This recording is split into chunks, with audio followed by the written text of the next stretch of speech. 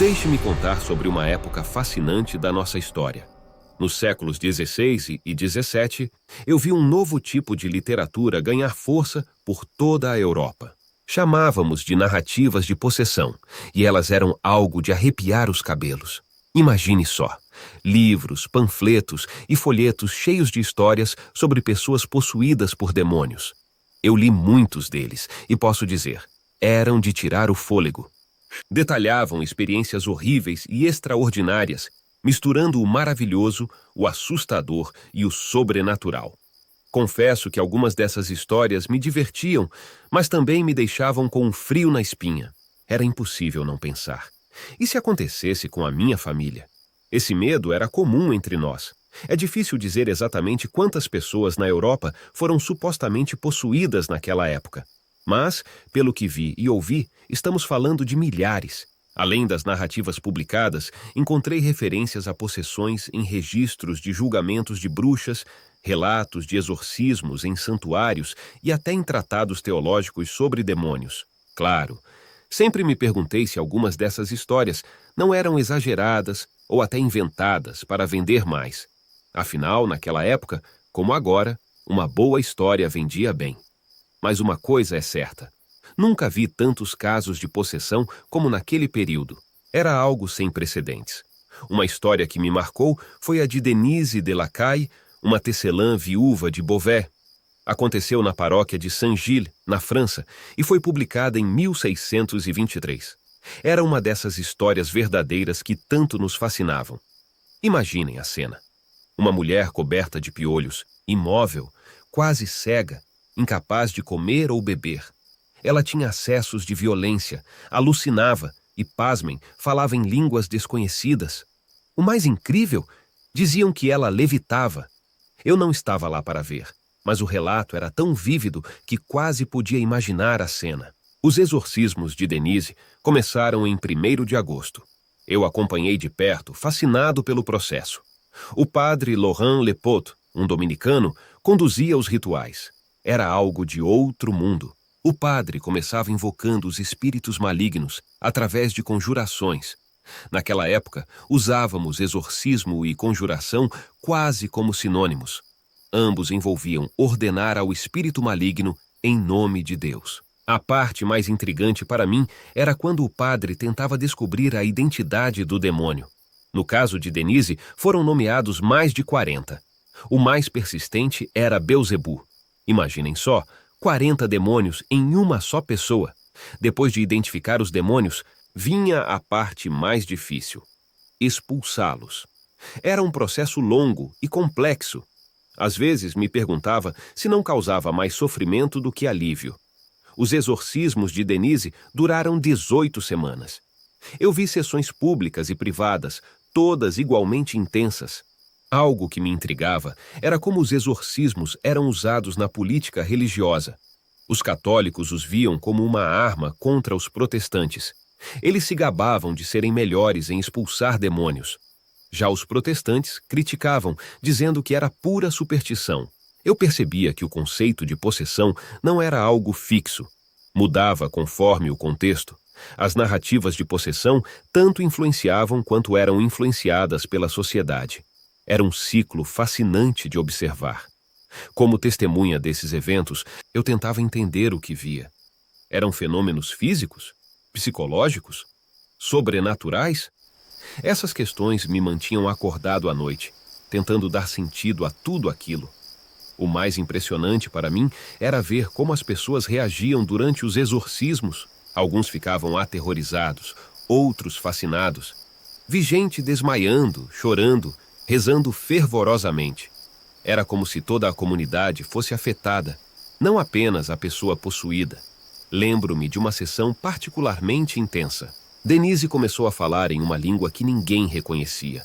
Sua voz mudou completamente, tornando-se grave e ameaçadora.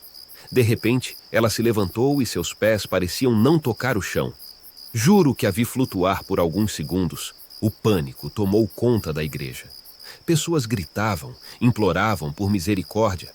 O padre Lepaute, no entanto, manteve-se firme, continuando suas orações com uma convicção inabalável. Esses momentos me faziam questionar tudo o que eu acreditava saber sobre o mundo. Como explicar o que eu estava vendo? Era realmente uma manifestação do mal ou havia alguma explicação natural que escapava à nossa compreensão? À medida que as semanas passavam, notei mudanças em Denise. Por vezes, ela parecia melhorar, voltando quase ao normal. Em outros momentos, recaía em um estado ainda pior. Era uma montanha-russa de emoções para todos nós que acompanhávamos o caso. A história de Denise de Lacaille, por mais fascinante que fosse para mim, acabou tendo pouco impacto além de sua primeira edição. Era apenas uma entre muitas na França daquela época. Mas me lembro bem de um caso que ofuscou todos os outros. O de Loudun. Loudun ficava a cerca de 400 milhas a noroeste de Saint-Gilles. O que aconteceu lá foi algo que nunca esquecerei. Um convento inteiro de freiras ursulinas supostamente possuído por demônios. Tudo porque o padre delas, Urbain Grandier, teria feito um pacto com o diabo. Era uma história que misturava possessão, fanatismo religioso, repressão sexual e histeria em massa. Tão impactante que séculos depois inspirou até uma obra de Aldous Huxley. Refletindo sobre tudo isso agora, percebo como essas narrativas de possessão eram uma forma de entendermos o mundo. Elas nos ajudavam a lidar com ideias complexas. Bem e mal, corpo e alma, o natural e o sobrenatural. Era a nossa maneira de tentar explicar o inexplicável. Vejo que, mesmo hoje, essas histórias ainda fascinam as pessoas. Elas continuam sendo uma forma de explorar os limites entre o normal e o extraordinário, entre o que podemos explicar e o que nos deixa perplexos. Olhando para trás, entendo que essas narrativas eram mais do que simples histórias de terror. Eram um reflexo de nossa sociedade, de nossas crenças e medos. Elas nos mostravam como lidávamos com o desconhecido e o inexplicável. Hoje, quando ouço histórias modernas de fenômenos inexplicáveis, não posso deixar de pensar naqueles tempos. As formas podem ter mudado, mas a essência permanece. Ainda estamos tentando entender o mundo ao nosso redor e nosso lugar nele. Essas experiências me ensinaram a olhar além do óbvio, a questionar e a buscar entender. Seja lá o que acreditemos hoje sobre possessões e exorcismos, uma coisa é certa. Eles nos mostram muito sobre nós mesmos e nossa busca constante por respostas. O que mais me impressiona, olhando para trás, é como essas narrativas moldaram não apenas nossa compreensão do sobrenatural, mas também nossa visão da mente humana. Muitos dos comportamentos que antes atribuíamos à possessão demoníaca, hoje entendemos como manifestações de condições psicológicas ou neurológicas. Lembro-me de conversar com um médico anos depois dos eventos em Saint-Gilles. Ele sugeriu que muitos dos sintomas de Denise poderiam ser explicados por condições médicas. Isso me fez pensar. Quantas pessoas foram rotuladas como possuídas quando, na verdade, precisavam de cuidados médicos? Ainda assim, não posso negar o poder que essas narrativas tinham sobre nós. Elas uniam comunidades, às vezes as dividiam, mas sempre provocavam reflexão. Eram uma forma de lidar com o medo do desconhecido, de buscar ordem no caos. Ao final, percebo que essas histórias de possessão, por mais fantásticas que fossem, nos dizem mais sobre nós mesmos do que sobre demônios ou espíritos. Elas revelam nossas esperanças, medos e a eterna busca por compreender o incompreensível. Este artigo, originalmente publicado em 25 de janeiro de 2014, relata uma das histórias mais intrigantes e controversas já investigadas pelos jornais. Os eventos descritos desafiam a compreensão convencional e dividem opiniões entre céticos e crentes. Apresentamos aqui um relato detalhado dos acontecimentos baseado em extensiva pesquisa, entrevistas e documentação oficial. Convidamos os leitores a abordarem esta história com mente aberta, reconhecendo que há aspectos da realidade que ainda desafiam nossa compreensão. A história da família Ammons. Uma jornada pelo sobrenatural. Em uma pacata rua de Gary, Indiana, a família Ammons vivia uma vida comum até o dia em que as moscas apareceram. Latoya Ammons, mãe de 3 filhos, notou primeiro. Um enxame de moscas negras surgiu do nada, cobrindo a porta da frente de sua casa de aluguel. Era inverno, e moscas naquela época do ano eram algo incomum. LaToya tentou espantar os insetos, mas eles voltavam persistentemente. Foi o primeiro sinal de que algo estava errado. Muito errado. Nas semanas seguintes, eventos estranhos começaram a se multiplicar na casa dos Ammons. Os filhos de LaToya, 2 meninos e uma menina, começaram a agir de forma estranha. A mais nova, de 7 anos, F, foi vista levitando acima de sua cama por sua avó. O filho do meio, de 9 anos, foi encontrado em um armário conversando com uma figura invisível. O mais velho, de 12 anos, tinha surtos de raiva inexplicáveis, seus olhos ficando opacos e sua voz mudando para um tom grave e ameaçador. LaToya estava apavorada. Ela começou a ouvir passos pesados subindo as escadas quando todos estavam dormindo. Sombras se moviam pelas paredes e objetos mudavam de lugar sozinhos. A temperatura da casa oscilava drasticamente, com áreas geladas aparecendo de repente em cômodos quentes. Desesperada por ajuda, LaToya procurou sua igreja local. O pastor ouviu sua história e sugeriu que a casa poderia estar infestada por demônios. Ele realizou uma limpeza espiritual, espalhando óleo abençoado pelos cômodos e rezando. Por alguns dias, tudo pareceu melhorar. Mas a paz durou pouco. Os fenômenos voltaram com força total. Uma noite, LaToya acordou com o som de risos infantis vindos do quarto dos filhos. Ao entrar no cômodo, encontrou os 3 sentados em círculo, com olhares vazios, cantando em uma língua que ela não reconhecia. Assustada e sem saber o que fazer, LaToya decidiu procurar ajuda profissional. Ela levou as crianças a um médico, temendo que pudesse haver uma explicação médica para o comportamento estranho. O médico, incapaz de encontrar qualquer causa física, sugeriu uma avaliação psicológica. Foi nesse ponto que o Departamento de Serviços Infantis, DCS, entrou no caso. Um assistente social foi designado para investigar a situação. O que ele testemunhou em sua primeira visita à casa dos Ammons o deixou chocado e incrédulo. Enquanto conversava com LaToya na sala de estar, o filho do meio de repente começou a rosnar. Seus olhos reviraram e ele subiu a parede de costas como se desafiasse a gravidade. O assistente social saiu correndo da casa, jurando nunca mais voltar. Com o caso ganhando notoriedade, as autoridades locais não puderam mais ignorar os eventos na casa dos Ammons. O departamento de polícia de Gary, liderado pelo capitão Charles Austin, um veterano cético de 36 anos de serviço, decidiu investigar. Austin inicialmente suspeitava de uma elaborada farsa, talvez motivada por ganhos financeiros. Mas o que ele e sua equipe testemunharam mudou sua perspectiva drasticamente. Durante uma visita à residência, os oficiais ouviram sons inexplicáveis e viram objetos se movendo sozinhos. O gravador de áudio de um policial parou de funcionar inexplicavelmente dentro da casa, voltando ao normal assim que saíram. Enquanto isso, o DCS intensificou seu envolvimento.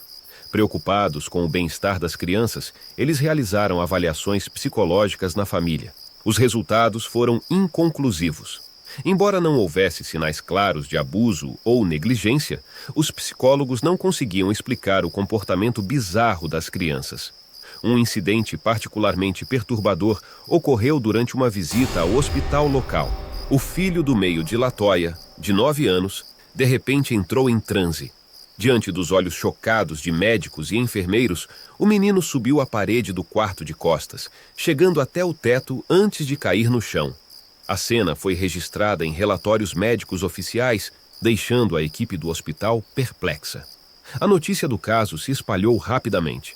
Jornalistas, curiosos e até caçadores de fantasmas começaram a rondar a casa dos Ammons. A família se sentiu sitiada, incapaz de escapar do pesadelo que havia se tornado sua vida. LaToya, desesperada por respostas e ajuda, recorreu à Igreja Católica.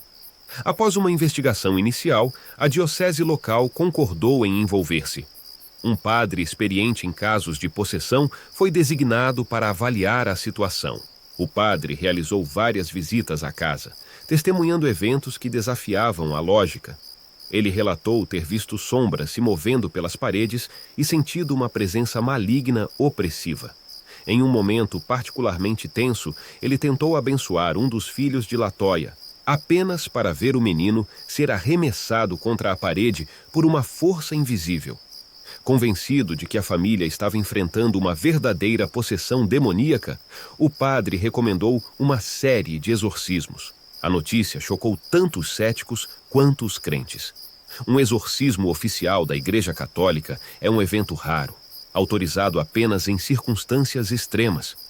O dia do exorcismo chegou, carregado de tensão e expectativa. A casa dos Ammons foi preparada para o ritual com crucifixos, água benta e orações de proteção. O padre exorcista, acompanhado por assistentes da igreja e observadores autorizados, incluindo o capitão Austin, entrou na residência. O ritual começou com orações em latim. De repente, o ar ficou pesado e frio. As crianças Ammons, sentadas em círculo, começaram a se contorcer e gritar em vozes que não eram as suas. Latoya, segurando firme um rosário, rezava fervorosamente. O exorcismo durou horas. Testemunhas relataram ver objetos voando pela sala, ouvir rugidos animalescos e sentir presenças invisíveis. O filho mais velho de Latoya levitou brevemente, seus olhos completamente negros. A filha mais nova vomitou uma substância escura que desapareceu misteriosamente. Após uma batalha espiritual intensa, houve uma mudança palpável na atmosfera. As crianças, exaustas, caíram em um sono profundo. O padre declarou o exorcismo bem-sucedido, mas advertiu que poderiam ser necessárias mais sessões. Nos dias seguintes, a família Ammons experimentou uma paz que não sentia há meses. As manifestações sobrenaturais cessaram. As crianças voltaram ao normal, sem memória dos eventos estranhos. O caso Ammons gerou um intenso debate. Céticos argumentavam que tudo poderia ser explicado por doenças mentais ou truques elaborados. Outros, incluindo profissionais que testemunharam os eventos, insistiam que algo verdadeiramente sobrenatural havia ocorrido.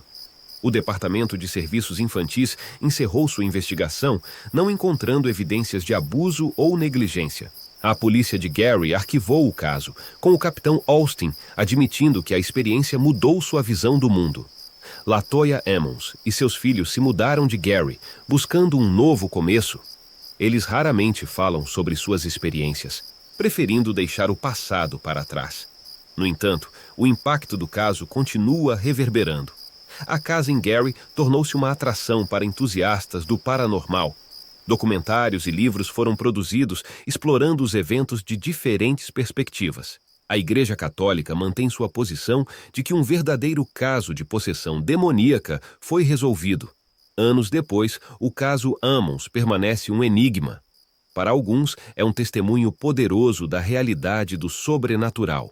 Para outros, é um estudo fascinante sobre a psicologia humana e a sugestão em massa. Independentemente da interpretação, o caso deixou uma marca indelével em todos os envolvidos. Latoya Ammons, em uma rara entrevista anos depois, refletiu: "Não espero que todos acreditem na nossa história. Só sei que vivemos algo que mudou nossas vidas para sempre. Há coisas neste mundo que não podemos explicar, e às vezes é melhor aceitar isso e seguir em frente." O mistério da casa em Gary, Indiana, continua a intrigar e assustar. Um lembrete de que, às vezes, a linha entre o natural e o sobrenatural pode ser mais tênue do que imaginamos. No final da década de 1940, nos Estados Unidos, padres da Igreja Católica realizaram uma série de exorcismos em um garoto anônimo, documentado sob o pseudônimo de Roland Doe, ou Robbie Mannheim. O garoto de 14 anos foi considerado vítima de possessão demoníaca, e os eventos foram registrados pelo padre assistente, Raymond J. Bishop. Alegações sobrenaturais subsequentes em torno dos eventos foram usadas como elementos no romance de William Peter Blatty, de 1971.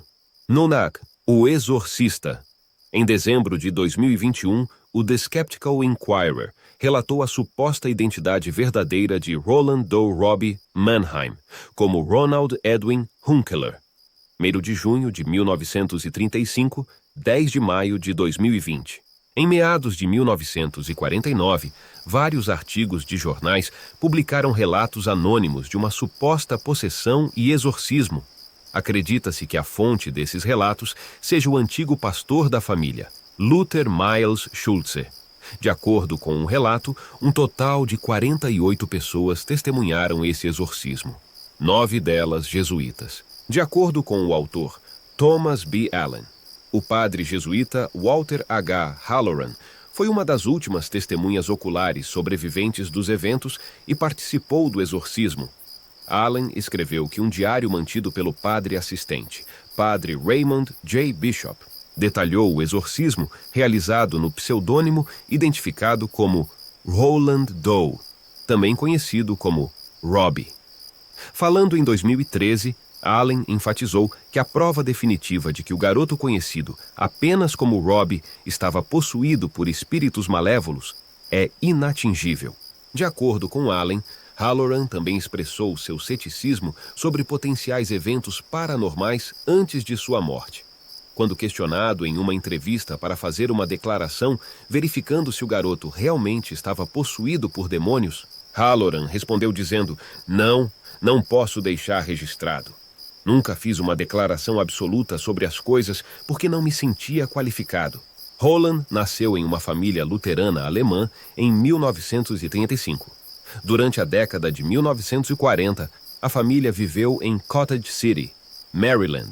De acordo com Allen, Roland era filho único e dependia de adultos em sua casa para brincar, principalmente sua tia Harriet. Sua tia, que era espiritualista, apresentou Roland ao tabuleiro Ouija quando ele demonstrou interesse nele. No final da década de 1940, nos Estados Unidos, padres da Igreja Católica realizaram uma série de exorcismos em um garoto anônimo, documentado sob o pseudônimo de Roland Doe, ou Robbie Mannheim. O garoto de 14 anos foi considerado vítima de possessão demoníaca e os eventos foram registrados pelo padre assistente, Raymond J. Bishop. Alegações sobrenaturais subsequentes em torno dos eventos foram usadas como elementos no romance de William Peter Blatty, de 1971, O Exorcista. Em dezembro de 2021, o The Skeptical Inquirer relatou a suposta identidade verdadeira de Roland Doe Robbie Mannheim como Ronald Edwin Hunkeler. 1º de junho de 1935, 10 de maio de 2020. Em meados de 1949, vários artigos de jornais publicaram relatos anônimos de uma suposta possessão e exorcismo. Acredita-se que a fonte desses relatos seja o antigo pastor da família, Luther Miles Schulze. De acordo com um relato, um total de 48 pessoas testemunharam esse exorcismo, 9 delas jesuítas. De acordo com o autor, Thomas B. Allen, o padre jesuíta Walter H. Halloran foi uma das últimas testemunhas oculares sobreviventes dos eventos e participou do exorcismo. Allen escreveu que um diário mantido pelo padre assistente, padre Raymond J. Bishop, detalhou o exorcismo realizado no pseudônimo identificado como Roland Doe, também conhecido como Robbie. Falando em 2013, Allen enfatizou que a prova definitiva de que o garoto conhecido apenas como Robbie estava possuído por espíritos malévolos é inatingível. De acordo com Allen, Halloran também expressou seu ceticismo sobre potenciais eventos paranormais antes de sua morte. Quando questionado em uma entrevista para fazer uma declaração verificando se o garoto realmente estava possuído por demônios, Halloran respondeu dizendo: Não posso deixar registrado. Nunca fiz uma declaração absoluta sobre as coisas porque não me sentia qualificado. Roland nasceu em uma família luterana alemã em 1935. Durante a década de 1940, a família viveu em Cottage City, Maryland. De acordo com Allen, Roland era filho único e dependia de adultos em sua casa para brincar, principalmente sua tia Harriet. Sua tia, que era espiritualista, apresentou Roland ao tabuleiro Ouija quando ele demonstrou interesse nele. De acordo com Thomas B. Allen, após a morte da tia Harriet, a família experimentou ruídos estranhos, móveis se movendo por conta própria e objetos comuns, como vasos voando ou levitando, quando o menino estava por perto. A família recorreu ao seu pastor luterano, Luther Miles Schulze, para obter ajuda. Muito interessado em parapsicologia, Schulze providenciou para que o menino passasse uma noite em sua casa para observá-lo. Quando o parapsicólogo Joseph Banks Rhine soube que Schulze alegou ter testemunhado objetos domésticos e móveis aparentemente se movendo sozinhos, Rhine se perguntou se Schulze, inconscientemente, exagerou alguns dos fatos. Schulze aconselhou os pais do menino a ver um padre católico. De acordo com a história tradicional, o menino então passou por uma série de exorcismos. Edward Hughes, um padre católico romano, conduziu um exorcismo em Holland no Hospital Universitário de Georgetown, uma instituição jesuíta. Durante o exorcismo, o menino supostamente escorregou uma das mãos para fora das restrições, quebrou uma mola da cama debaixo do colchão e a usou como uma arma improvisada, cortando o braço do padre e resultando na interrupção do ritual de exorcismo. A família viajou para St. Louis, onde o primo de Roland contatou um de seus professores na Universidade de St. Louis, Bishop, que por sua vez falou com William S. Bowdern, um associado da College Church. Juntos, os dois padres visitaram Roland na casa de seus parentes, onde supostamente observaram uma cama tremendo, objetos voando e o menino falando com uma voz gutural e exibindo aversão a qualquer coisa sagrada. Bowdern recebeu permissão do arcebispo para realizar outro exorcismo. O exorcismo ocorreu no Hospital Alexian Brothers, em South St. Louis, Missouri, que foi alterado para South City Hospital. Antes do próximo ritual de exorcismo começar, outro padre, Walter Halloran, foi chamado para a ala psiquiátrica do hospital, onde foi solicitado a ajudar Bowdern. William Van Hu, um terceiro padre jesuíta, também estava lá para ajudar. Halloran afirmou que durante esta cena, palavras como mal e inferno, junto com outras várias marcas, apareceram no corpo do adolescente. Supostamente, durante a parte da ladainha dos santos do ritual de exorcismo, o colchão do menino começou a tremer. Além disso, Roland quebrou o nariz de Halloran durante o processo. Halloran disse a um repórter que depois que o rito terminou, o sujeito anônimo do exorcismo passou a levar uma vida bastante comum. Em seu livro de 1993, Possessed, The True Story of an Exorcism, o autor Thomas B. Allen ofereceu o consenso dos especialistas de hoje de que Robbie era apenas um garoto profundamente perturbado, sem nada de sobrenatural nele. O autor, Mark Opsasnick, questionou muitas das alegações sobrenaturais associadas a esta história, propondo que Roland Doe era simplesmente um valentão mimado e perturbado que fazia birras deliberadas para chamar a atenção ou para sair da escola. Opsasnick relata que Halloran, que estava presente no exorcismo, nunca ouviu a voz do menino mudar, e ele pensou que o menino apenas imitava palavras em latim que ele ouvia clérigos dizerem, em vez de ganhar uma habilidade repentina de falar latim. Opsasnick relatou que quando marcas foram encontradas no corpo do menino, Halloran não verificou as unhas do menino para ver se ele mesmo as havia feito. Opsasnick também questionou a história das tentativas de Hughes de exorcizar o menino e seu ferimento subsequente, dizendo que não conseguiu encontrar nenhuma evidência de que tal episódio realmente tivesse ocorrido. Durante sua investigação, Opsasnick descobriu: o exorcismo não ocorreu em 3210 Bunker Hill Road, em Mount Rainier, Maryland. O menino nunca morou em Mount Rainier. A casa do menino ficava em Cottage City, Maryland. Muitas das informações comumente aceitas sobre esta história são baseadas em boatos, não são documentadas e nunca foram verificadas. Não há evidências de que o padre E. Albert Hughes tenha visitado a casa do menino, o internado no hospital de Georgetown, solicitado que o menino fosse contido no hospital, tentado um exorcismo do menino no hospital de Georgetown ou tenha sido ferido pelo menino durante um exorcismo ou em qualquer outro momento. Há muitas evidências que refutam as alegações de que o padre Hughes sofreu um colapso emocional e desapareceu da comunidade de Cottage City. Segundo Opsasnick, os indivíduos ligados ao incidente foram influenciados por suas próprias especializações. Para os psiquiatras, Rob Doe sofria de doença mental. Para os padres, este era um caso de possessão demoníaca. Para escritores e produtores de filmes-vídeos, esta era uma ótima história para explorar com fins lucrativos. Os envolvidos viram o que foram treinados para ver. Cada um pretendia olhar para os fatos, mas o oposto era verdade. Na verdade, eles manipulavam os fatos e enfatizavam informações que se encaixavam em suas próprias agendas. Opsasnick escreveu que depois de localizar e falar com vizinhos e amigos de infância do menino, a maioria dos quais ele apenas se referiu pelas iniciais, ele concluiu que o menino era um trapaceiro muito inteligente que pregava peças para assustar sua mãe e enganar as crianças da vizinhança. O cético Joe Nickel escreveu que não havia simplesmente nenhuma evidência credível para sugerir que o menino estava possuído por demônios ou espíritos malignos e sustenta que os sintomas de possessão podem ser infantilmente simples de falsificar.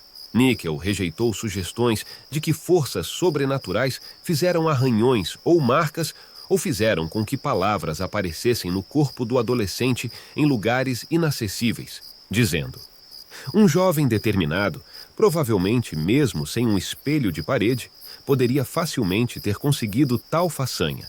Se realmente ocorresse, embora as mensagens riscadas proliferassem, elas nunca mais apareceram em uma parte difícil de alcançar da anatomia do menino. Em uma ocasião, o menino foi visto arranhando as palavras inferno e Cristo em seu peito, usando suas próprias unhas. De acordo com Nickel, nada que foi relatado de forma confiável no caso estava além das habilidades de um adolescente para produzir. Os acessos de raiva, transes, móveis movidos, objetos arremessados, escrita automática, arranhões superficiais e outros fenômenos eram exatamente o tipo de coisa que alguém da idade de R poderia realizar, assim como outros fizeram antes e depois. De fato, os elementos de fenômenos poltergeist, comunicação espiritual e possessão demoníaca, tomados separadamente e especialmente juntos, à medida que um progredia para o outro, sugerem nada mais do que uma encenação envolvendo trapaça. Nickel também rejeitou histórias sobre a força prodigiosa do menino, dizendo que ele não mostrou nada mais do que o que poderia ser invocado por um adolescente agitado, e criticou relatos populares do exorcismo pelo que ele chamou de retrato estereotipado de conto de fadas do diabo.